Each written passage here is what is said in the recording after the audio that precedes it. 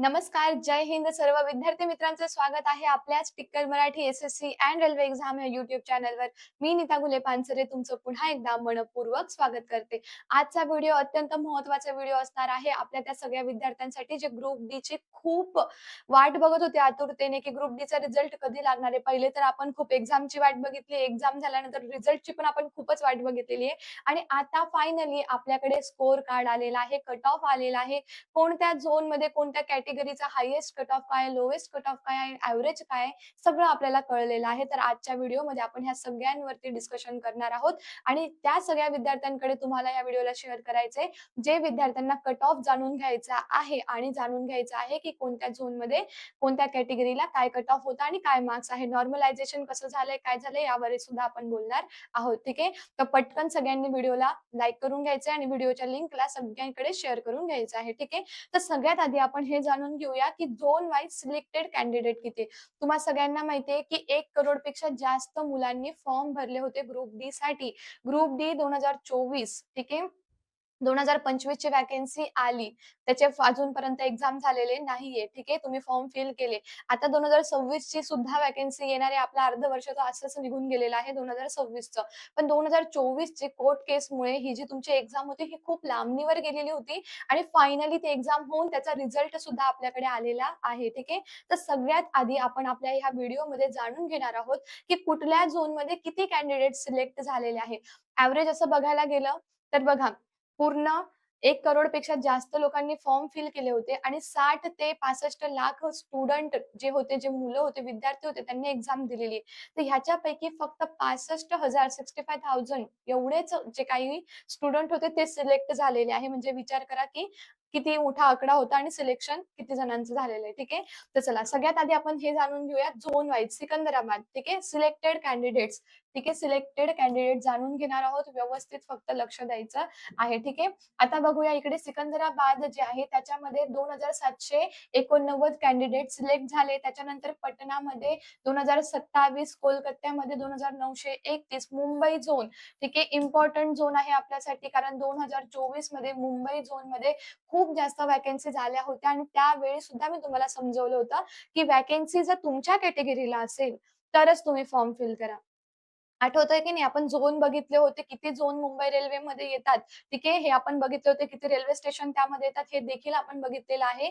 तुम्ही नसेल बघितलेलं, नसेल माहिती तर आपल्या चॅनलला सबस्क्राईब करून ठेवा. यामध्ये सगळे व्हिडिओ तुम्हाला दिसतील. ठीक आहे. आता मुंबई झोनमध्ये 6,455 कॅन्डिडेट सिलेक्ट झालेले आहे. ठीक आहे. त्यानंतर गुवाहाटीमध्ये 4,412, चंदीगडमध्ये 9,947. ठीक आहे. त्याच्यानंतर अजमेरमध्ये 2,327, अहमदाबादमध्ये 9,837, भुवनेश्वरमध्ये 1,706. ठीक आहे. तसेच तुम्हाला बाकीचे पण दिलेले आहे. बिलासपूर, त्यानंतर भोपाळ, चेन्नई, प्रयागराजमध्ये 3,736 आहे. चेन्नईमध्ये आहे बघा. चेन्नईमध्ये किती आहे? 5,130 कॅन्डिडेट सिलेक्ट झाले. नंतर रांची आहे, बेंगळुरू आहे, गोरखपूर आहे. गोरखपूरमध्ये 2,812 आहे. टोटल जे सिलेक्शन झालेलं आहे, आता हा बघा हा आकडा आपल्या समोर जरी आलेला असेल, तरी सुद्धा इथे असा अंदाज बांधला जातो आहे, की 64 ते 65,000 इतके सिलेक्शन झालेले आहे. इथे तुम्हाला आकडा दिसतो आहे 63,475. ठीक आहे. 63,475 कॅन्डिडेट सिलेक्ट झालेले आहे. त्या वॅकन्सीसाठी ज्याची आपण खूप वाट बघितलेली होती 2024. ठीक आहे. 2024 लेव्हल 1 ग्रुप डी. लेव्हल 1 ठीक आहे. Group D. लक्षात येतंय? तर एवढे लोक सिलेक्ट झालेले आहे. खूप कोर्ट केस, खूप सगळ्या गोष्टी झाल्यानंतर जे लोक सिलेक्ट झालेले आहे, जे स्टुडंट सिलेक्ट झाले त्या सगळ्यांचं खूप खूप अभिनंदन आणि पुढच्या वाटचालीसाठी त्यांना खूप खूप शुभेच्छा सुद्धा. ठीक आहे. आता पुढे आपण बघणार आहोत. ठीक आहे. आता आपण हे काय बघितलं की कोणत्या झोनमध्ये किती सिलेक्ट झालेले आहे. आता आपण बघणार आहोत ग्रुप डी चा 2026 मध्ये आलेला लोवेस्ट आणि हायेस्ट कट ऑफ. ठीक आहे. हा जो रिझल्ट लागलेला आहे त्यापैकी बघा जनरल कॅटेगरीमध्ये लोवेस्ट 70 आहे. ठीक आहे. विचार करा लोवेस्ट जनरल कॅटेगरीचा 70 आहे तर हायेस्ट किती आहे 79 79 आहे. ठीक आहे. बघा असा कट ऑफ कधी लागला नव्हता आतापर्यंत 60 पर्यंत किंवा 65 जास्तीत जास्त 70 हायेस्ट लागत होता.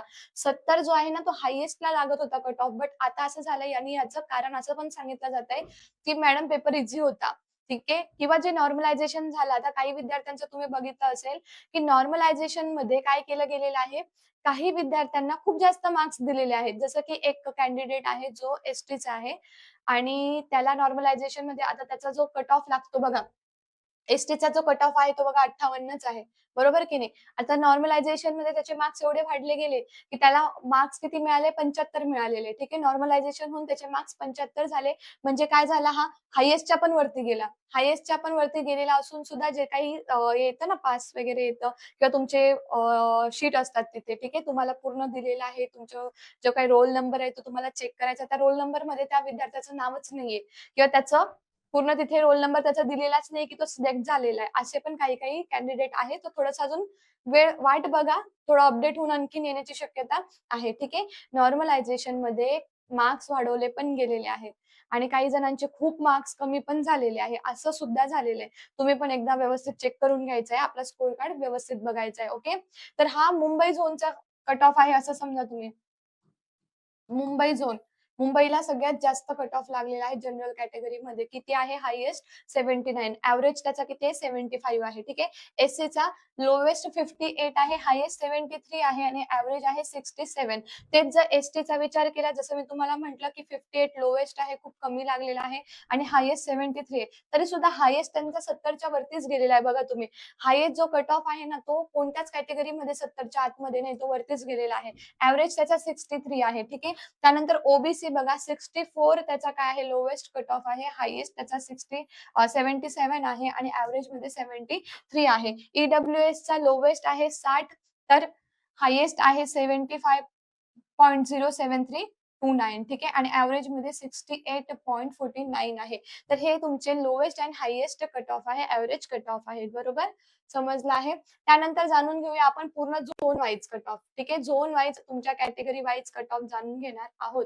त्यामुळे व्यवस्थित लक्ष द्या. RRB group D level cut off 2026 zone wise वाला कट ऑफ आपण इकडे बघणार आहोत. तुमच्या कॅटेगरी वाईज कट ऑफ बघणार आहोत. ठीक आहे. सगळ्यात महत्त्वाचं आपल्यासाठी मुंबई झोनच आहे. कोण आहे महत्त्वाचं? मुंबई झोन. मुंबई झोनमध्ये बघा जनरलचे किती सांगितले आपण 73, लोवेस्टला आहे, हायेस्टला किती आहे 77 आहे. बरोबर? ईडब्ल्यूएचचं 74 आहे. ठीक आहे. एस-सीचं 71 आहे, एस-टीचं 65 म्हणजे मुंबईचा जो पूर्ण कट ऑफ आहे ना मुंबई झोनचा तो जास्तच गेलेला आहे. ठीक आहे. कमी असा नाहीये, जास्तीमध्येच आहे तो. बरोबर? त्याच्यानंतर बघा आपण चंदीगडचा बघणार आहोत. तर इथे जनरलमध्ये बघा किती आहे 72 आहे. एस-सीचा 65 आहे. हा एव्हरेज तुम्हाला दिसतोय. एस-टीचा 60 आहे, ओबीसीचा 70 आहे आणि ईडब्ल्यूएचचा 66 आहे. ठीक आहे. गोरखपूरमध्ये सुद्धा जनरलचा 76 आला आहे. अजमेरमध्ये 79 आला. म्हणजे बघा मुंबईपेक्षा पण थोडासा जास्त आलेला आहे. आता हे तुमचे लोएस्ट वाले इथे दर्शवलेत त्यांनी. अहमदाबादचा 72 आहे, बेंगळुरूचा 70 आहे. तेच जर तुम्ही एस-सी, एस-टीचं बघाल तरी तुम्हाला इथे पुढे दिसणार आहे. ठीक आहे. त्यानंतर भुवनेश्वरचा 76 आहे, बिलासपूरचा 76 आहे, 0.14274 आहे. ठीक आहे. त्याच्यानंतर बघा ईडब्ल्यूएसमध्ये जर बिलासपूरचा बघितला तर 69 आहे आणि ते जो ओबीसीमध्ये आहे तर 75 आहे. ठीक आहे. अशा पद्धतीने तुमचे झोन वाईज, कॅटेगरी वाईज आपण कट ऑफ बघत आहोत. आता इथे काही-काही गोष्टी आहे जे मी तुम्हाला सांगणार आहे. जसं की बघा भोपाळचा 77, चेन्नईचा 78, प्रयागराज 78. आता प्रयागराजचं जनरल कॅटेगरीमध्ये बघितलं तर 78 येतो आणि तेच जर तुम्ही ओबीसीमध्ये बघितलं ठीक आहे. ओबीसीमध्ये जर प्रयागराजचं बघितलं तर 77 आहे. किती आहे? 77 आहे. रांचीचं 72 दिलेलं आहे. आता इथे जे काही-काही आहे ना मालदा वगैरे यांचे कट ऑफच इथं नाही दिसत आहे. ठीक आहे. म्हणजे इथे त्यांनी दिलेलंच नाहीये बघा तुम्हाला दिसत असेल, दिसतंय सगळ्यांना स्क्रीनवरती. तर हे काय याच्यासाठी तुम्हाला थोडीशी वाट बघावी लागणार आहे. ठीक आहे. कारण काही-काही याचं नाही आलेलं इथे नाही दिसत आहे. ठीक आहे. गुवाहाटीचं दिसत आहे. किती आहे गुवाहाटीचं? 77 आहे जनरल कॅटेगरीसाठी. ओके. इथपर्यंत समजलं. म्हणजे हा जो कट ऑफ तुम्हाला मी दाखवते आहे, आता पटनाचा दिलेला आहे. काही-काही ठिकाणचा नाहीये. जम्मू-काश्मीरचा नाहीये. पटनाचा किती आहे? 78 आहे. ठीक आहे. जनरल कॅटेगरीमध्ये ओबीसीमध्ये बघितलं तर 78 आहे त्याचा. ठीक आहे. तर अशा पद्धतीने कास्ट म्हणजे कॅटेगरी वाईज आपण category wise, zone wise cut off आपण बघितलेला आहे. Highest level and lowest level, average level सुद्धा कट ऑफची आपण बघितलेली आहे आणि कोणत्या झोनमध्ये किती कॅन्डिडेटचं सिलेक्शन झालेलं आहे ते देखील बघितलेलं आहे. तर हा इन्फॉर्मेटिव्ह व्हिडिओ आहे जो तुम्हाला हवा होता. तुमच्यासाठीच आपण हा व्हिडिओ आणलेला आहे. बरोबर की नाही? तर सगळ्यांनी आपलं स्कोर कार्ड बघायचंय, नॉर्मलायझेशन किती झालं, किती नंबरचं झालेलं आहे हे सुद्धा बघायचं आहे. ठीक आहे. काही अडी-अडचण असेल तर थोडीशी वाट बघा. ऑफिशियल वेबसाईट आहे त्यावरती बघू अजून काय होतंय ते. ठीक आहे. तर या असेच व्हिडिओ बघण्यासाठी Tikkar Marathi SSC and railway exam YouTube चॅनलला सबस्क्राईब करून घ्यायचं आहे. कारण आपल्या चॅनलवरती सगळे पूर्ण डिटेल व्हिडिओ अपलोड आहे. तुम्ही जाऊन चेक करू शकतात. तुम्हाला जर रेल्वेची एखादी एक्झाम द्यायची असेल तर त्याच्यासाठी तुमचं एज किती पाहिजे, क्वालिफिकेशन किती पाहिजे, त्या त्या पूर्ण त्या पोस्टसाठी तुम्हाला किती सॅलरी मिळणार आहे हे देखील आपण सांगितलेलं आहे. तर तुम्ही जाऊन एकदा चेक करायचंय. व्हिडिओ आवडल्यास लाईक करून घ्यायचा आणि व्हिडिओला जास्तीत जास्त शेअर करायचंय. पुन्हा भेटूया अशाच इन्फॉर्मेटिव्ह व्हिडिओ सोबत. तोपर्यंत bye bye. Take care. Wish you all the best. जय हिंद. Thank you.